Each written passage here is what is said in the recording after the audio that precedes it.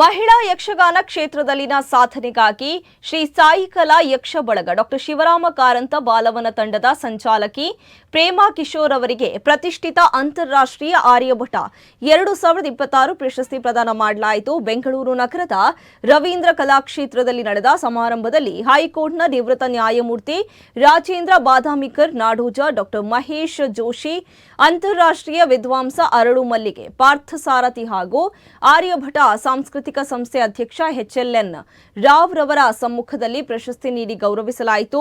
ಇನ್ನು ಉಡುಪಿ ಜಿಲ್ಲೆಯ ಕುಂದಾಪುರ ತಾಲೂಕಿನ ಸಣ್ಣಯ್ಯ ಹಾಗೂ ಗಿರಿಜಾ ದಂಪತಿ ಪುತ್ರಿಯಾದ ಇವರು ಪತಿ ಕಿಶೋರ್ ಕುಮಾರ್ ಟಿವಿ ಮತ್ತು ಪುತ್ರ ಸಾಗರ್ ಕೆಟಿ ಮತ್ತು ಪುತ್ರಿ ವರ್ಷಾ ಟಿಕೆ ಅವರೊಂದಿಗೆ ಮುಕ್ರಂಪಾಡಿಯಲ್ಲಿ ವಾಸವಾಗಿದ್ದು, ಪ್ರಸ್ತುತ ಪಾರ್ಲರ್ಕ ಎಕ್ಸ್ಪರ್ಟ್ ಡ್ರೈವಿಂಗ್ ಸ್ಕೂಲ್ನಲ್ಲಿ ತರಬೇತುದಾರಿಯಾಗಿ ಕರ್ತವ್ಯವನ್ನ ನಿರ್ವಹಿಸ್ತಾ ಇದ್ದಾರೆ. ಪ್ರೇಮಾ ಕಿಶೋರ್ ಅವರು ಹದಿಹರೆಯದಲ್ಲೇ ನಾಟಕ ಕ್ಷೇತ್ರದಲ್ಲಿ ತೊಡಗಿಸಿಕೊಂಡು ಕಾರಂತರ ಮೂಕಜ್ಜಿಯ ಕನಸು ನಾಟಕದಲ್ಲಿ ಮುಖ್ಯ ಪಾತ್ರದಲ್ಲಿ ನಟಿಸಿದ್ರು. ಖ್ಯಾತ ನಿರ್ದೇಶಕ ಮೋಹನ ಸೋನಾ ಅವರ ಮಾರ್ಗದರ್ಶನದಲ್ಲಿ ಚಂದ್ರಶೇಖರ ಕಂಬಾರರ ಮಹಮಾಯಿ ನಾಟಕದಲ್ಲೂ ಇವರು ಮುಖ್ಯ ಪಾತ್ರದಲ್ಲಿ ನಟಿಸಿದ್ದಾರೆ. ಮಂಗಳೂರಿನ ಸಂತೋಷ್ ಶೆಟ್ಟಿ ನಿರ್ದೇಶನದ ಕನಸು ಕಣ್ಣು ತೆರೆದಾಗ ಸಿನಿಮಾದಲ್ಲಿ ಮಾಲತಿಯ ಪಾತ್ರ ನಿರ್ವಹಿಸಿದ್ದಾರೆ. ಇವರ ಹನಿಗವಿತೆಗಳು ಹೂವಿನ ಕವಿತೆಗಳು ಎನ್ನುವ ಶೀರ್ಷಿಕೆಯಡಿ ಸುದ್ದಿಯಲ್ಲಿ ಪ್ರಕಟಗೊಳ್ಳುತ್ತಿವೆ.